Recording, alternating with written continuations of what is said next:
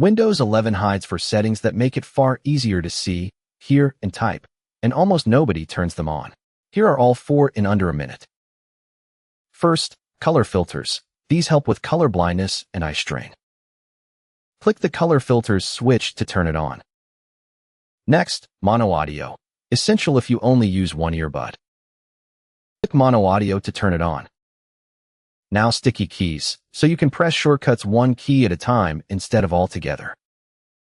Click sticky keys to turn it on. And last, always show scroll bars, so they stop vanishing on you. Click always show scroll bars to turn it on. That's all 4, color filters, mono audio, sticky keys, and permanent scroll bars. Windows is easier to see, hear, and type on. If this helped, follow for a new Windows tip every single day.